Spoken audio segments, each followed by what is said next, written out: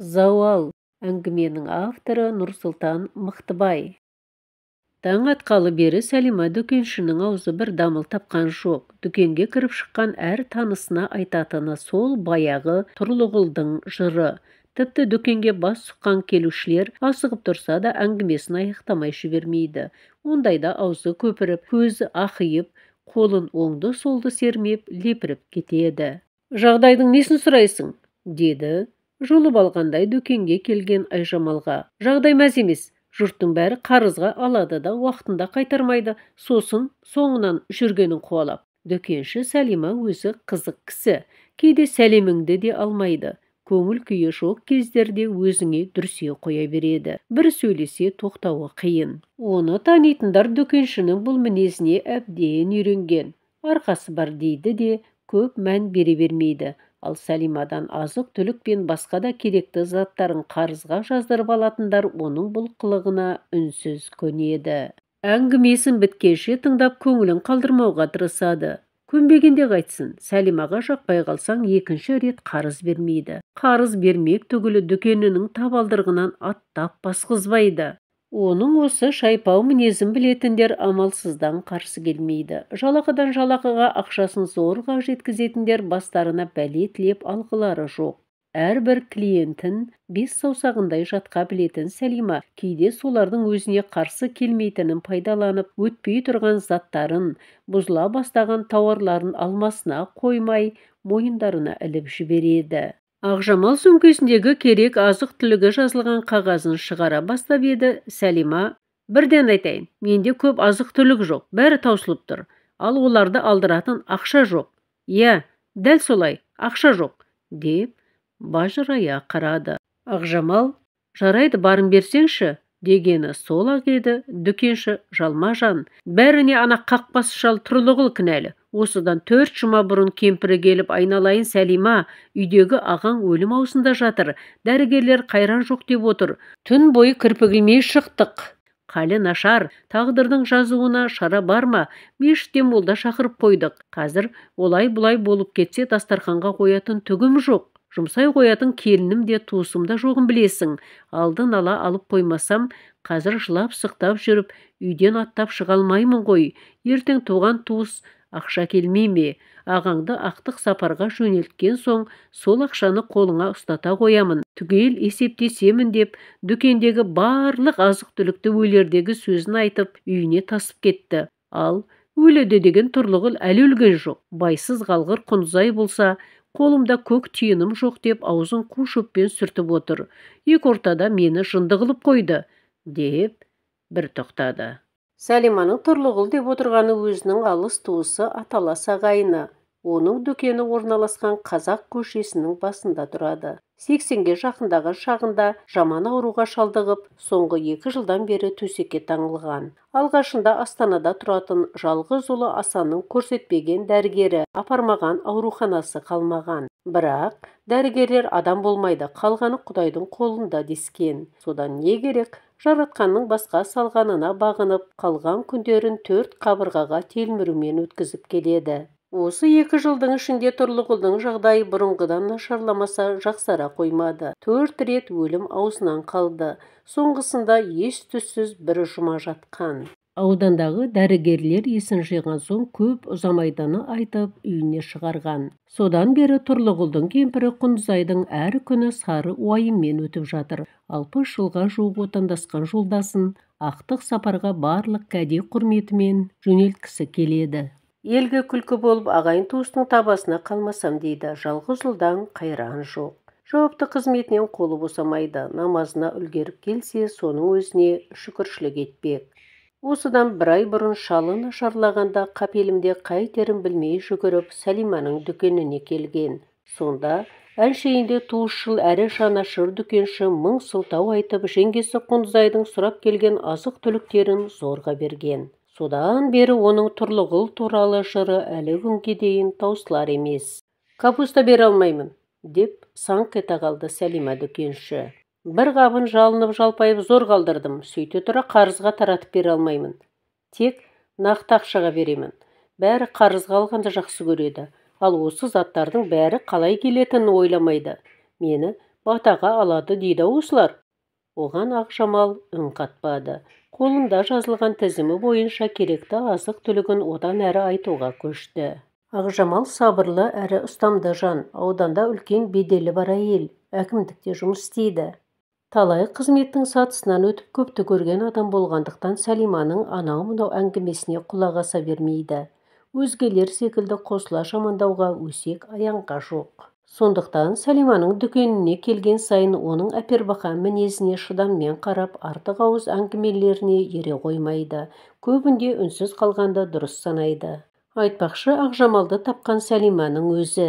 Дүкеншінің үлкен ұлы Ақжамалдың нағашы жағынан қыз алған. Кейін келе отбасылық басқосуларда онымен жақын танысып, құдағилап жүріп, өзінің дүкенінен кез келген уақытта қалаған азық-түлігін алып тұруын ұсынған. Келде қарызға қалаған затыңды ала бер, айлықтан беріп тұрсаң болғаны, деп жылы шырай танытқан соң, Ақжамал да қарсы болмаған. Сөйткен құдағиының мінезін біле бастаған соң, оның дүкеніне келмей қоюға ұялып, бәрін сол күйінде қалдыруды жөн деп шешкен. Картоп пен жуаны 10 келілеп алып не істейсің? Деді Сәлима. Өткен жолғыдай бірден қабымен алсаңшы, 10 келі түк болмайды ғой. Қызметтегі адамсың, жұмыстан қолың босай бермейді, қайта-қайта келіп жүрмексің бе? Шопыр жігітке айт, бір қап картоп пен жуаны тей берсін. Құдағи өткенде қабымен алған картоп та жуада бұзылып кеткен болып шықты. Үйдегі келінім сұрттаған екен. Көбісі жеуге келмейтін жарамсыз болғандықтан кәдеге аспапты. Ақырында картопты малға беріп, жуаны жерге көмдік, деді Ақжамал. Оның жарамсыз болғанын итім біліп пе? Қаптың ішіне кіріп шыққан жоқпын ғой. Салқын бөлмеде сақтаулы тұрған жерінен алып бердім. Саған бүлінгені кездесіп қалған шығар. Әйтпесе бірде-бір адам осы уақытқа дейін олай айтып көрген емес, деп өзіне шаң жуытпады дүкенші. Сәке, мен сізді кінәлап жатқан жоқпын, бірақ мен де оны қып-қызыл ақшама аламын. Сол жағын ойлап қойыңыз, деді Ақжамал сабырлы қалыппен. Бұл жолы Сәлиманың өзі үнсіз қалды. Әншейінде өзіне кіріптар клиенттерінің аузын ашқызбай, аузына келгенді айтатын еді. Ақжамалға олай жасай алмайды. Ол да өзінің өлетін жерін біледі. Ірі-ірі, салмағы басым келушілерінен айырылып қалғысы жоқ. Сондайда амалсыз, үнсіз қалуға даяр. Сәлим апа, әжем сүт беріп жіберсін деп жатыр, деді есіктен анталай кірген көрші Қантайдың немересі. Сүт жоқ, деп қолын бірақ сілтеді дүкенші. Қантайға айтып бар, сүтті Тұрлығұлдың үйінен алсын. Бір емес 10 қорап сүтті Құндызай алып кеткен. Әр қорапта 12 данадан бар. Сүт болғанда қандай, 6 да екілік кілегей. Ана өледі деген албасты Тұрлығұл мысыққа ұқсап пештің түбінде сол сүтті ішіп жатқан болар. Дүкенші апаның өзіне неге дүрсе қоя бергенін түк түсінбеген қалпы Қантайдың 4-ші сыныпта оқитын немересі көзі бадырайып кері қайтты. Ал Ақжамалдың сынына өз деңгейінде жауап бере алмай дымы құрып үнсіз қалған Сәлима дүкенге келушінің бала екеніне қараған жоқ, кәрін бір-ақ төкті. Сүт демекші Тұрлығұлда не хабар екен деп күбірледі дүкенші өзімен өзі. Таңертеңнен бері хабарын алмадым. Осылай күбірлеген Сәлима дүкеніне шығып көшенің бас жағына қарай мойнын созды. Оң қолымен көзін күннен көлегейлеп Тұрлығұлдың үй жағына ұзақ қарады. Сондағысы оның не өлі, не тірісін білу. Үйінің қақпасы екі жағынан ашылмап па, есігінің алдында самсаған көліктер мен адамдар жоқ па, ауласынан будақтаған түтін шығып жатыр ма, осының бәрін аңдып өзіне бір қорытынды шығарады. Осылардың бірі де болмаса Тұрлығұлдың әлі тірі болғаны. Сәлима дүкенші келушілердің қолы босай қалғанда күніне 1-2 рет осылай Тұрлығұлдың үйін бағуды әдетке айналдырған. Кейде үйіндегі немересін шақырып алып төсекке таңылған туысының үйіне тыңшылыққа жібереді. Сендердің түк пайдаларың жоқ осы, арасында маған келіп көмектесуді білмейсіңдер. Ас ішіп аяқ босатарлар кілең. Сендерді асыраймын деп ақ өлетін болдым ғой. Бар, ана Тұрлығұлдың үй жағына барып қайт. Сол үйдің көрші балаларымен ойнаған бір хабарын біліп кел. Өй өңкей арам тамақ немелер, деп немересінің жер-жебіріне жетіп қатаң тапсырма береді. Ақыры өзіне керекті хабарды ести қоймаған соң Сәлима арасына 3-4 күн салып Тұрлығұлдың үйіне өзі баратынды шығарды. Қарттың қалын білгенсіп кетерде міндетті түрде қарызын сұрайды. Сондайда Құндызай байғұстың жаны шығып кете жаздайды. Тұрлығұл естіп қоймаса екен деп шырпыр болады. Онсыз да жағдайы ауыр отағасын ойымға салып, денсаулығын одан әрі нашарлатып алмасам екен дейді. Оған қарап жатқан, оны ойлап жатқан Сәлима жоқ. Бір сөйлесе тоқтамайтын әйел заты болса да қатты шығатын аюдай ақырған даусымен біраз жерге апарып тастайды. Құндызай оны айналайындап жүріп ауызғы бөлмеге зорға дегенде алып шығады. Жағдайын айтып түсіндіріп бағады. Төсекке таңылып есік кіресілі шығасылы болып жатыр дегенмен Тұрлығұлдың іші бірдеңені сезеді. Сәлиманың жиі келуінен күдіктенеді.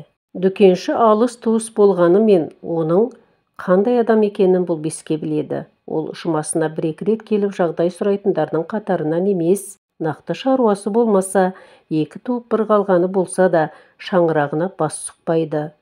Одан да Сәлимаға дүкенінде болғаны артық. Бәйбіше, Сәлима шайша жүрме? Деп сұраған Тұрлығұл дүкеншінің соңғы бір келгенінде иегін зорға кемсеңдетіп. Отағасы осы сөзді айтып болғанша оның ерні дірілдеген, ақылаған, үкілеген түрін көріп Құндызайдың жүрегі жарылып кете жаздаған. Онысының өзіндік себебі бар. Тәнін дерттен деген Тұрлығұл ауруға шалдыққалы бері мүлдем сөйлеуді қойған. Кемпіріне бәрін ыммен түсіндіреді. Аяқ астынан оның тілге келгенін бәйбішесі жақсылыққа балай қоймаған. Енді қайтсын? Тілге келгенде де бір-екі сөйлемді айтамын дегенше әбден жаны қиналды. Тіпті екі бетін жас жуып кетті. Тұрлығұл Сәлиманың айтқандарын естіп қойған, ау құрсын, енді қайттым деп жаны қалмаған Құндызай не болса да оған ештеңе айтпауға бекінді. Ойбай Тұрлығұл, сен де қатырасың, әншейінде ләм-лем деп жақ ашпайтын едің, аяқ астынан Сәлиманы сұрағаныңа жөн болсын. Жайша жүрмегенде қайтеді. Дүкені осы көшеде емес пе?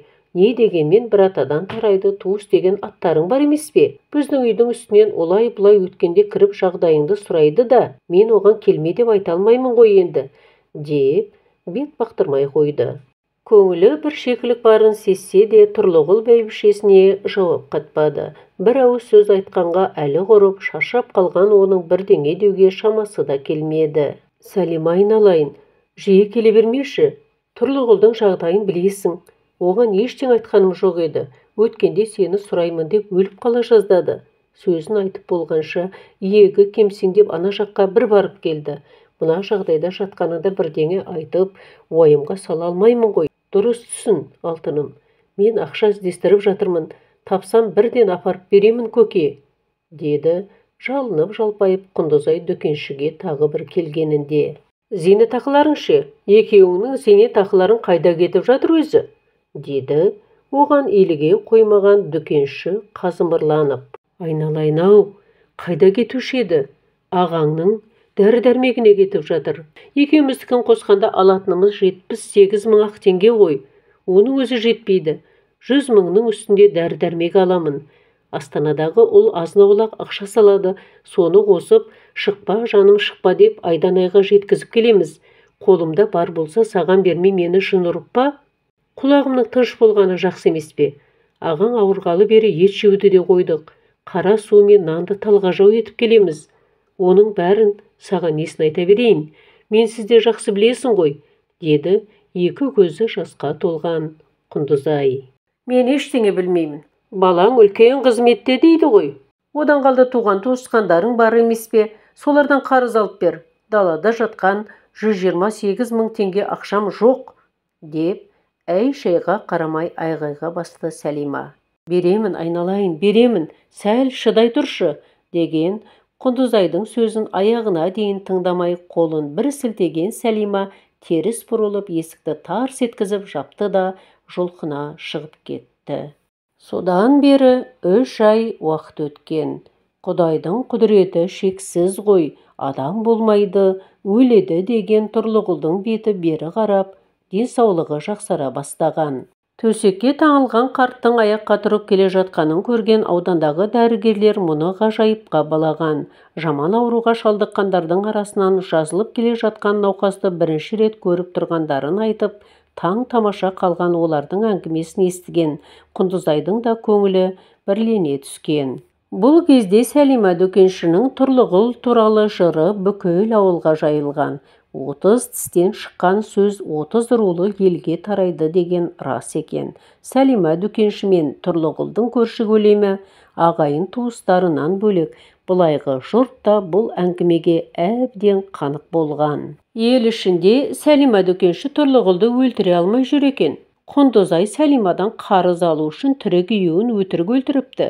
Тұрлығұл 80-ге жақындағанда алжып, туысы Сәлимаға қарызын қайтармас үшін үйіне шықпай, бір бөлмеде тығылып жатады екен.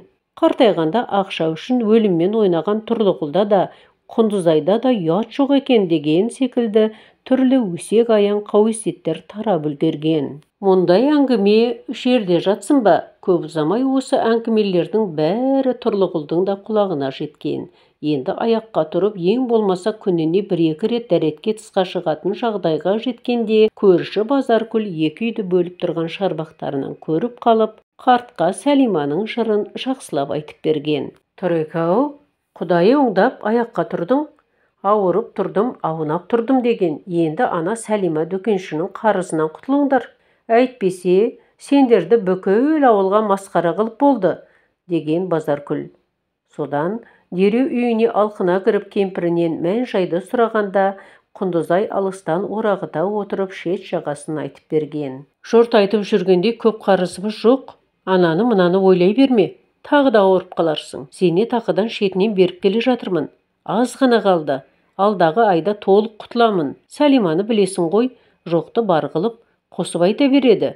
Деген бәйбішесі шалы қайтып ауырып қалама деп қорыққанынан амалсыздан өтірік айтып, оны зорға дегенде сабасына түсірген. Тұрлығұл аяққа тұрыпты дегенді естіген Сәлима сол күні-ақ шаңдатып отырып оның үйіне келген. Дүкеншінің де шыдамы таусылса керек. Тұрлығұл мен кемпіріне айтпағаны жоқ. Арасында ауру түгіл түгіңде жоқ сенің. Жұрттың өтірік ауырып жатыр дегені рас екен. Менен қарызға алған барлық тәтті мен жылы жұмсақты жеп, сүтті ішіп жарылуға айналыпсың, деп қойып қалған. Әйтеуір содан не керек? Сол күні Тұрлығұлдың да, кемпірі Құндызайдың да тынышы кетті. Құндызай шалының алдында бар шындықты жасырмай айтып ақталып әлек болды. Ел жұртқа масқара болдым-ау. Қартайғанда ауыл аймаққа жексұрын қылғанша алғаның дұрыс еді ғой Құдеке, деп түнімен ұйықтай алмай күбірлеп шыққан Тұрлығұлдың таңға жуық қызуы көтеріліп, ауруханадан бір-ақ шықты. Осы Сәлимаға бір зауал келмесе болар еді. Абыройымызды ақшаға бола айрандай төкті-ау. Соның кесірінен Тұрлығұлдан айырылып қалмасам жарар еді, деді Құндызай шалын жедел жәрдем көлігі әкетіп бара жатқанда ботадай боздап. Тұрлығұл ауруханада да тыныш жата алмады. Құдай қас қылғанда Сәлиманың көршісі Ырысты мұғаліммен бір палатаға түсіпті. Ол да Тұрлығұлға дүкенші көршісінен естігендерін айтып, одан сайын есін шығарған. Таяқ еттен, сөз сүйектен өтеді деген бар емес пе? Мұғалімнің айтқандарынан сай сүйегі сырқырап тірідей жерге кіре жаздаған қарт ақыры 3 күннен соң бас дәрігерден сұранып үйіне кері қайтқан. Шаңырағына келе сала үйге кірмей бірден мал қораға беттеді. Қорадағы жалғыз қызыл сиырдың күйін байқаған ол ертеңіне оны базарға апарып сатуға шығармаққа бекінді. Тұрлығұл бұл ойын түскі ас кезінде кемпірмен бөлісті. Құндызай бұған үнсіз келісіп басын шұлғыды. Келіспеске амалы жоқ. Соңғы күндері Сәлима дүкенші қарызын сұрап күнде келетінді шығарған. Құндызай да тезірек қарызынан құтылып құлағының тыныш болғанын қалайды. Оның үстіне қызыл сиырдың жем шөбі де таусылып тұр. Дертке шалдыққан шалына ем-дом қонбай, дәрігерлер дәм-тұзы таусылар күн жақын деген соң Астанадағы жалғыз ұлы келіп, алда-жалда дем үзіліп жатса жаназасына соярсыңдар деп, осы қызыл сиырды сатып алып беріп кеткен. Сиырмен қоса бір машина шөп пен 20 шақты қап жемін қоса әперген. Соны қыс бойы там-тұмдап аз-аздан қысып берген Құндызай көктемге дейін әрең жеткізген.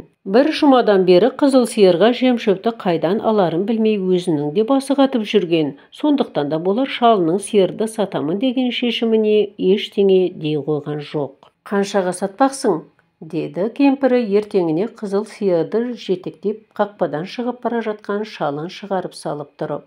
Өткеніне беремін, Сәлимадағы қарызымызды жабуға жетсе болды, деді оған Тұрлығұл. Көктем шығып сәуірдің ортасы ауса да қыстың тоңы әлі күнге дейін жіби қоймаған. Күннің көзі төбеде шақырайғанмен суық жел өңменінен өтіп кете жаздайды. Қыстың ызғары қайтпағаны анық сезіледі. Бұрынғылар сәуір болмай тәуір болмайды деуші еді. Бұл жолы олай емес секілді. Ағаш талдардың әлі күнге дейін бүршік жара алмағаны былай тұрсын, қара жердің өзі жасыл кейіпке ене алмай тұр. Осы уақытта қырдағы қызғалдақтар көздің жауын алып жататын. Бірде ашық, бірде түнерген күннің қабағынан олардың да қауызы гүл жармай, жасыл сабақтары ғана әр жерден мен мұндалайды. Бүгін күннің көзі мүлде көрінбеді. Таңнан бергі түнерген көктің қабағы бір ашылған емес. Аспанды қап-қара бұлт торлап, бойыңды суық ызғар қариды. Сол аспанды торлаған қара бұлтпен жағаласа толассыз ұшқан қара қарғалардың дауысы құлақта жаңғырады. Сәуірдің таңғы суығынан денесі түршігіп тоңғанына қарамастан Тұрлығұл қарт қадамын алға лақтыра басып Сәлиманың дүкенін бетке алып келеді. Таң намазынан кейін қорадағы қызыл сиырды жетектеп базарға жеткен. Бүгінде күндегі әдетінше ертерек келіп қойыпты. Күннің көзін таппай көлеңкеде тұрып денесіне суық өткізіп алғанын сезсе де, жарты жолдан кері қайтпай, соңына дейін шыдап баққан. Онысы дұрыста болыпты. Түскі мезгіл жақындағанда мұның айы оңынан туып, сиырының саудасы жүріп кеткен. Жас шамасы 40-тан енді асқан қара торылау келген мұртты жігіт Тұрлығұлмен ұзақ саудаласып жатпай, сиырын бірден сатып алған. Осылайша оның бір апта бойы қызыл сиырды жетектеп базарға қатынаған еңбегі қайтқан. Енді Сәлимаға қарызын қайтарса, арқасынан ауыр жүк түспек. Өзі тұратын көшеге бұрылғаны сол еді, көзі бірден Сәлиманың дүкеніне түсті. Жабық секілді ме қалай өзі? Сәлима түскі асқа үйіне бармаушы еді ғой, деп ойлады қарт ішінен. Тұрлығұл қателеспепті. Дүкеннің жабық екеніне тура алдына келгенде көзі жетті. Есігінде үлкен қара құлып тұр. Жұмыстарымен шығып кеткен болар, ол да адам баласы ғой, күте тұрайын, деп күбірледі Тұрлығұл. Дүкеннің алдында қанша тұрғаны есінде жоқ. Бір кезде өзімен амандасқан келіншектің дауысы оның ойын бөліп жіберді. Сәлем бердік, ата. Қараса, Сәлиманың көршісі әрі өзімен бірге ауруханада бір палатада жатқан Ырысты мұғалім екен. Бақытты бол айналайын. Қалайсыз, тәуір болып кеттіңіз бе? Тәуірмін қызым, тәуірмін. Ата, жайша жүрсіз бе? Бір жұмыстарымен Сәлимаға келіп едім. Ойбой, ата, сіз естімегенсіз бе? Нені, шырағым? Бүгін таңда Сәлима апа қайтыс болыпты. Түнде ұйықтауға жатқана таңертең оянбай қалыпты дейді. Мұны естігенде Тұрлығұлдың қақ төбесінен біреу салқын су құйып жібергендей болды. Онсыз да бойына суық өтіп, қол аяғы дір-дір етіп зорға тұрған қарт мең-зең болып басы айналып жерге құлап түсті. Тұрлығұл көзін ашса, аспандағы қара қарғалардың қатары көбейе түсіпті. Қартты қаумалаған бейтаныс адамдардың не айтып тұрғандары бұған естіліп те жатқан жоқ. Тек құлағынан қарғалардың дауысы кетер емес. Қарқ, қарқ.